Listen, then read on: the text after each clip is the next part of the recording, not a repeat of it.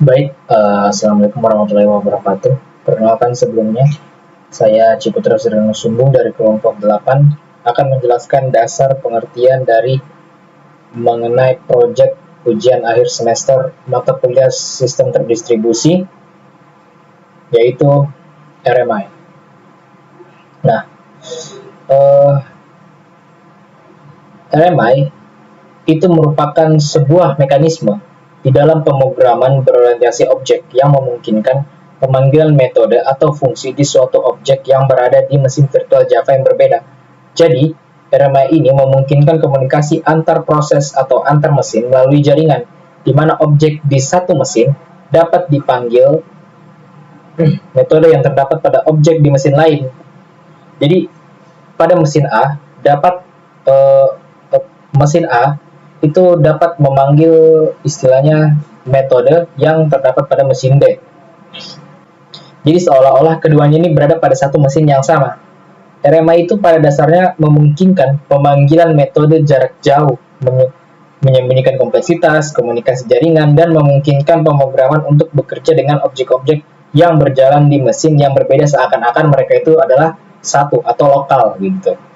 Jadi mereka ini terhubung secara jaringan, namun mereka itu memiliki konsep di mana mesin yang satu dapat memanggil metode dari mesin yang lain, seolah-olah mereka itu adalah dalam satu kelas atau satu perangkat, satu lokal.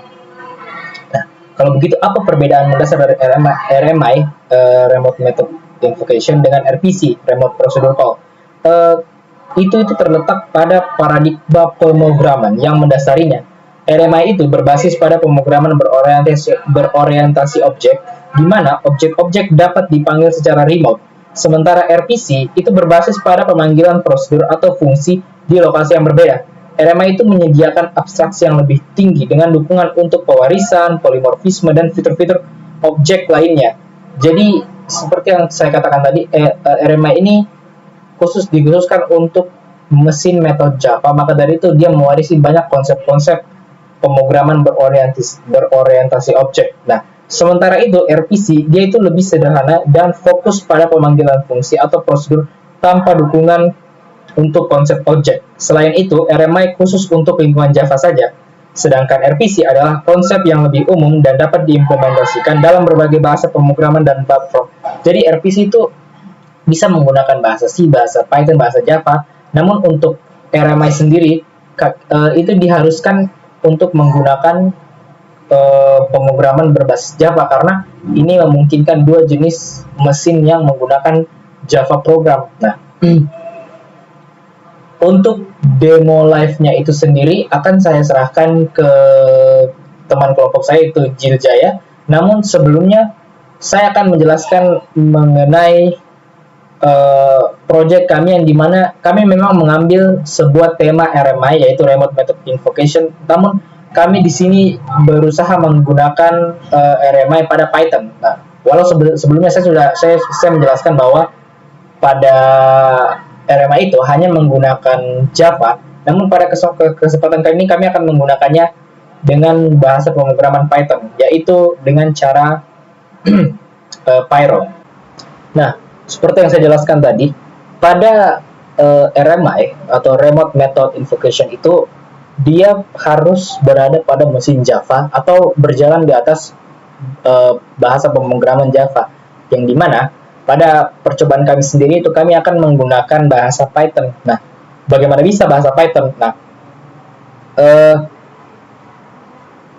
sebenarnya bukan hanya Java saja yang mempunyai konsep serupa. Pada pemrograman Python ada hal yang disebut Pyro. Pyro itu adalah sebuah modul yang ada di Python yang digunakan untuk mendukung komunikasi jarak jauh antara objek-objek Python di mesin yang berbeda. Jadi sebenarnya konsepnya itu persis dengan Java, pemanggilan metode ini, dan modulnya itu sama juga. Nah, itu kita sebut dengan Pyro atau Python Remote Object. Itu merupakan sebuah modul Python yang memungkinkan pemrograman untuk membuat objek-objek Python itu dapat diakses secara remote melalui jaringan. Jadi seperti penjelasan mengenai RMI itu adalah sebuah metode atau modul yang ada pada Java untuk mengakses metode-metode dengan secara remote. Nah, itu sama dengan itu, tapi ini berjalan pada pemrograman Python. Dengan Pyro, objek-objek tersebut dapat dipanggil dan digunakan seolah-olah mereka itu berada pada mesin lokal, sama seperti penjelasan saya pada konsep modul RMI yang ada di Java. Nah, persamaannya dengan RMI itu, abstraksi berorientasi objek, baik Pyro maupun RMI menawarkan abstraksi yang mirip dengan pemrograman berorientasi objek, memungkinkan pemanggilan metode jarak jauh pada objek-objek yang berada di mesin yang berbeda. Nah, kemudian marshalling dan unmarshalling. Keduanya menggunakan mekanisme marshalling dan unmarshalling untuk mengkonversi data dan objek ke format yang dapat ditransmisikan melalui jaringan. Jadi, client machine serta server machine itu, klien itu dapat memanggil metode yang ada pada server machine itu melalui network atau jaringan. Nah, kemudian ini juga dapat memungkinkan komunikasi antar mesin. Pyro dan RMI itu dirancang untuk memungkinkan komunikasi antar proses atau mesin, menyembunyikan kompleksitas komunikasi jaringan. Nah, adapun untuk demo live hasil pengerjaan kami tentang Pyro di kode Python itu akan dijelaskan oleh rekan saya, Jil Jaya. Saya berikan kesempatan. Baik, terima kasih atas kesempatan yang diberikan kepada saya untuk mendemonstrasikan proyek kami, yaitu RMI dengan kasus pengiriman file dari server ke klien. Nah, pertama-tama yang kita lakukan yaitu membuat dua VM, yang dimana VM pertama yaitu JAL server 1 berguna untuk server, dan VM kedua yaitu JAL server 2 berguna untuk si klien nantinya. Nah, untuk melakukan remote, terlebih dahulu kita harus masuk ke dalam dua VM tersebut dan melihat IP-nya. Nah, di sini statusnya sudah running dan sudah masuk ke dalam dua VM tersebut. Nah, sebelum itu kita melakukan login pada saat masuk ke dalam kedua VM tersebut. Nah, untuk melakukan login, kita memasukkan username dan password yang telah kita lakukan pada saat pembuatan VM. Dan selanjutnya untuk melihat IP dari kedua VM tersebut, yang pertama itu dari si server. Nah, dari si server itu memiliki IP 192.168.2.8/24, dan untuk si klien memiliki IP 192.168.2.151/24. Nah, setelah melihat kedua IP tersebut, kita masuk ke dalam sebuah aplikasi yang kami gunakan, yaitu aplikasi OpenSSH untuk memudahkan remote pada kedua VM tersebut. Nah, aplikasi yang kami gunakan yaitu Putih. Nah, untuk masuk ke dalam Putih, tentu saja kita memasukkan IP dari kedua server tersebut yang tadi, dan login tersebut kita masukkan username dan password tentunya. Dan langsung saja untuk demonstrasinya, pada server 1 hal pertama yang kita lakukan yaitu memastikan apakah kita berada dalam folder home gel. Nah, untuk melihat itu dapat kita melakukan perintah pwd. Nah, di sini terdapat folder, kita sudah berada dalam folder home gel. Nah, selanjutnya kita masukkan perintah. Oh, namun sebelum itu pada kedua VM tersebut kita melakukan penginstalan Python dan Pyro 4 terlebih dahulu. Dan untuk melakukan penginstalan tersebut kita dapat melakukan perintah sudo apt install Python, dan untuk penginstalan Pyro dapat kita lakukan dengan sudo apt install Pyro 4. Nah, setelah masuk ke dalam file server.py, dapat kita lihat terdapat beberapa program atau codingan di dalamnya. Nah, yang pertama itu terdapat beberapa library yang dibutuhkan untuk si server. Nah, yang pertama itu terdapat Pyro 4 dan import random dan import OS dan import res64 dan import decode. Dan library Pyro 4 yang dijalankan dengan sintak Pyro 4 expose ini, fungsi expose ialah agar kelas yang dibuat pada server. Nah, kemudian kita membuat kelas UAS. dengan parameter objek. Nah, di sini terdapat beberapa fungsi. Di sini terdapat fungsi send file dengan parameter self dan fname.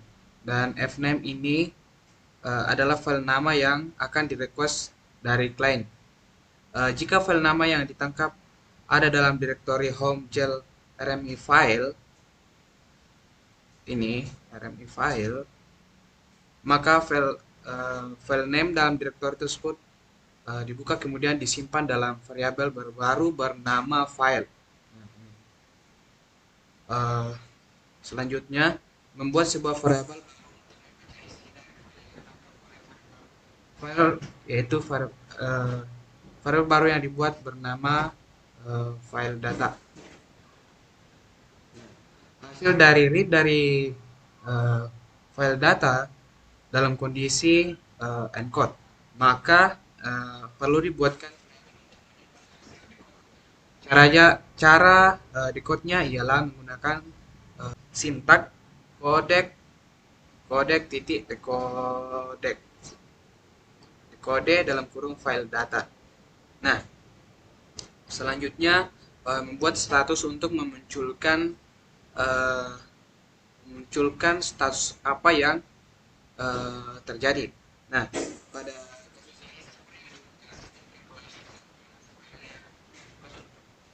transfer. Nah, yang nanti yang akan di print yaitu ini sending, proses print sending.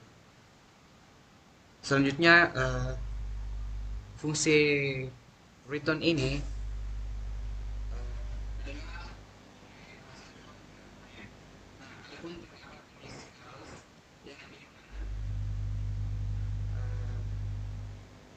jika tidak ada fname maka tidak ada yang dikirimkan ke klien.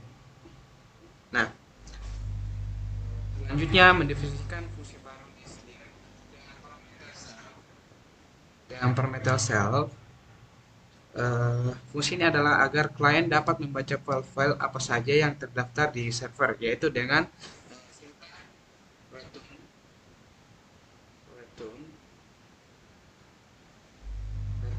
os list dir, dimana setelah membaca file tersebut yang akan dikirimkan ke server.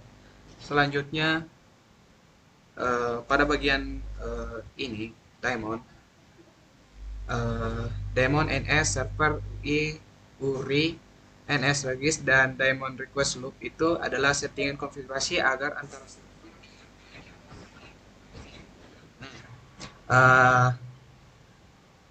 di atas terdapat beberapa syntax. Yang pertama itu host yang digunakan IP ini adalah IP yang terdapat pada server 1. Nah,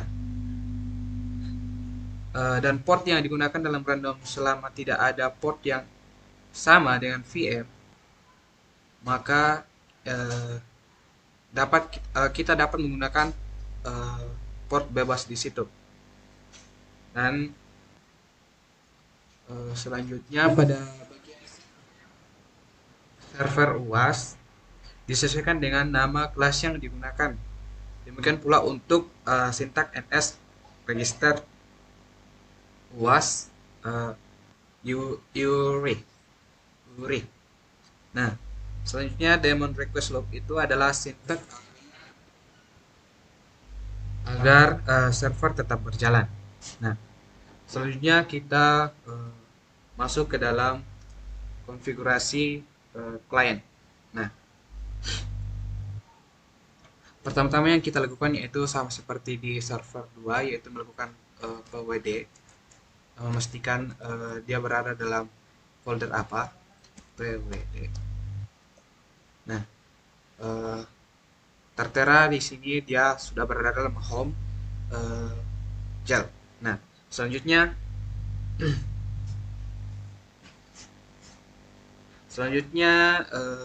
kita akan mereview atau mendemokan file dari si klien.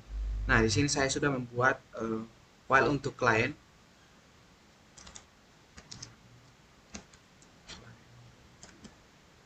Nah, di sini saya sudah membuat file untuk klien dengan nama file client.p. Nah, di sini terdapat beberapa kode atau codingan yang berfungsi untuk klien nantinya. Eh, yang pertama yaitu tentu saja import library. Yang pertama itu Pyro 4 dan import eh, base 64. Nah, selanjutnya membuat variabel UAS yang akan digunakan untuk mengkoneksikan klien ke server agar fungsi-fungsi di server dapat digunakan. Nah, selanjutnya di sini terdapat nama kelas tadi yaitu UAS, dan di sini terdapat juga IP dari si server yang tadi yang 192.168 dan titik 2.8, dan ini juga port yang sama dari si server tadi agar dia dapat terkoneksi ke server. Dan selanjutnya terdapat print UAS listdir adalah untuk menampilkan file yang tersedia di server. Nah, selanjutnya membuat inputan dengan nama fname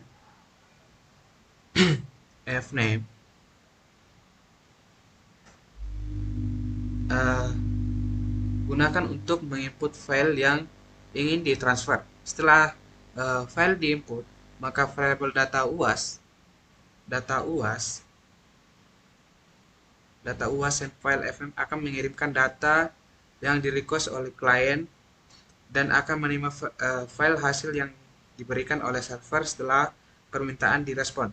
Nah, selanjutnya pengkondisian if adalah membuat wadah sesuai dengan nama file yang di-request, kemudian memasukkan isi file yang diberikan oleh server.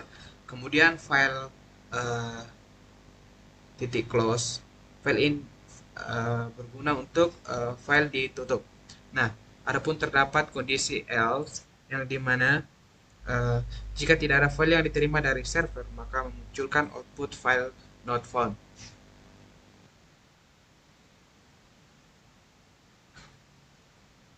Oke, selanjutnya saya akan masuk ke dalam proses pengiriman data. Nah, pada server hal pertama yang kita lakukan yaitu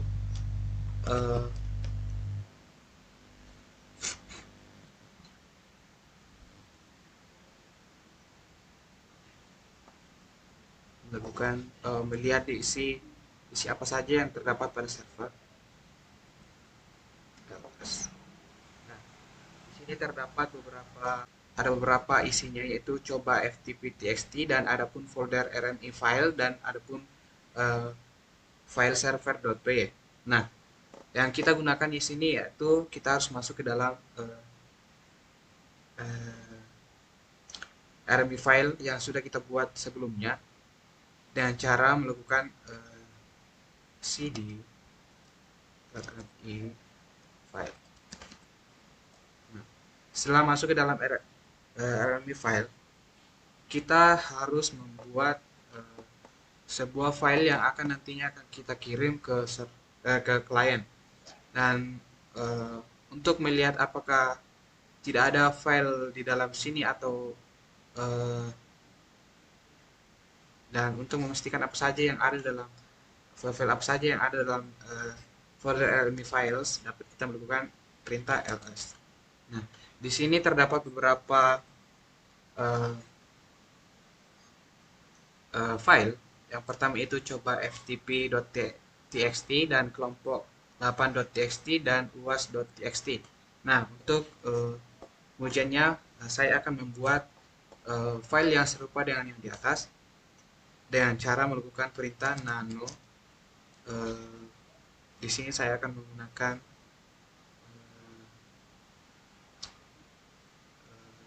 uji.txt. Nah, setelah itu di sini kita dapat melakukan pengisian file. Di sini saya akan mengisi sembarang saja. Di sini saya akan mengisi nama saya dan Ciputra, teman kelompok saya. Nah, Ctrl S, Ctrl X. Nah, setelah itu kita cek kembali apakah file sudah ada dalam si server. Nah, sini terdapat file yang baru-baru kita buat, yaitu uji.txt. Nah, selanjutnya eh, untuk klien kita melakukan pengecekan terlebih dahulu apakah file yang kita buat di server tadi belum ada atau sudah ada dalam si klien. Yang pertama-tama kita melakukan ls untuk melihat apakah ada untuk masuk ke dalam folder, untuk melihat folder yang telah kita buat sebelumnya. Itu di sini saya buat folder file saya, dan untuk masuk ke dalam file saya kita melakukan cd file saya. Nah, di sini jelas belum ada file yang bernama uji.txt. Nah, untuk melakukan pengujian pada bagian server kita melakukan perintah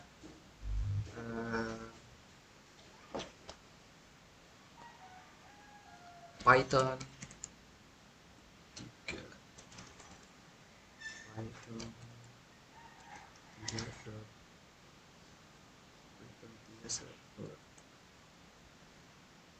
Ya.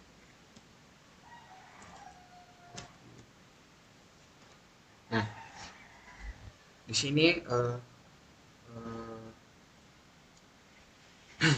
di sini server telah aktif dan dapat diakses oleh klien. Nah, selanjutnya pada klien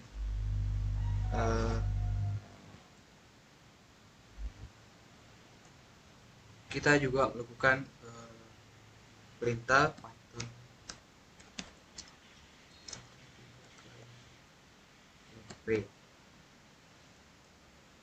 Nah, eh,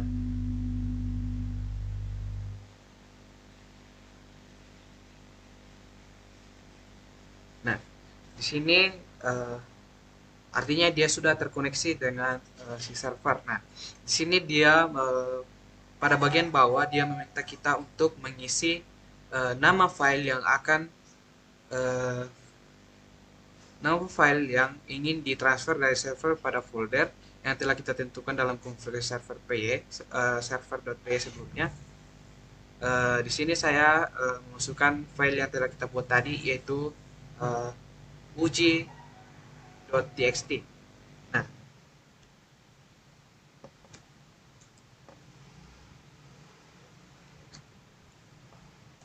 nah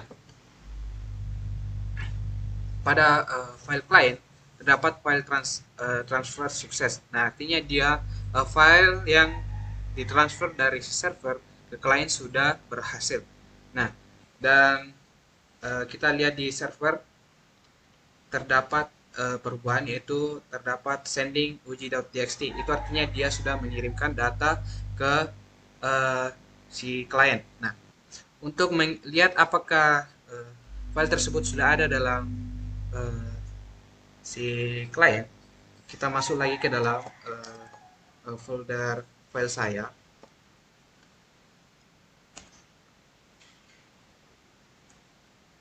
Dan melihat apakah file yang tadi sudah ada dalam file saya. Nah, di sini yang tadinya tidak ada, di atas sini tidak ada uji.txt, di bawahnya sudah terdapat uji.txt. Nah, untuk melihat apakah isi dari file tersebut juga sudah dikirim bersama dengan filenya, dapat kita memastikannya dengan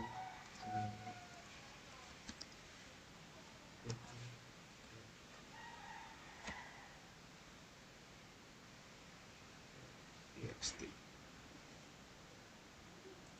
Nah, ini adalah isi dari file yang telah kita buat tadi di server, yang dikirim dari server ke klien. Nah, hasilnya pun sama, sesuai dengan yang kita kirim dari server.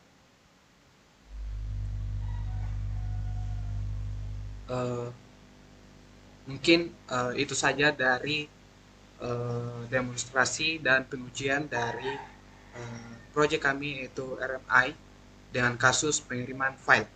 Terima kasih. Baik, terima kasih untuk kesempatan kali ini saya ambil alih kembali. Terima kasih sebelumnya atas presentasi yang sudah dibuat oleh Jiljaya dan demo live aplikasi yang telah kami buat. Baik, untuk kesimpulannya itu sendiri, praktikum yang kami buat ini bertujuan untuk memberikan pemahaman atau konsep mengenai remote method invocation dengan implementasi pada perangkat yang terhubung dalam jaringan menggunakan library Pyro 4 dalam bahasa pemrograman Python. Nah, kemudian mahasiswa itu juga diharapkan dapat memahami cara kerja RMI mulai dari registrasi objek di server, akses objek dari klien melalui registry, pemanggilan metode dari klien, marshalling dan unmarshalling, hingga komunikasi melalui jaringan. Dengan menggunakan Pyro 4 yang merupakan modul Python, untuk komunikasi objek jarak jauh, itu tidak hanya perlu menggunakan Java, tapi bisa juga menggunakan bahasa pemrograman Python. Mahasiswa dapat mengimplementasikan konsep ini dengan lebih mudah dan efisien. Ini adalah konsep RMI yang dapat memberikan solusi efektif untuk komunikasi antar objek di mesin yang berbeda dengan Pyro 4 sebagai salah satu pilihan implementasinya di dalam ekosistem Python. Nah, itu saja. Sekian dari presentasi modul RMI Remote Method Invocation Transfer File yang sudah kami buat untuk ujian akhir semester, untuk proyek ujian akhir semester sistem terdistribusi. Terima kasih sebelumnya. Saya Ciputra Suryono dan teman kelompok saya Jiljaya ucap Assalamualaikum warahmatullahi wabarakatuh.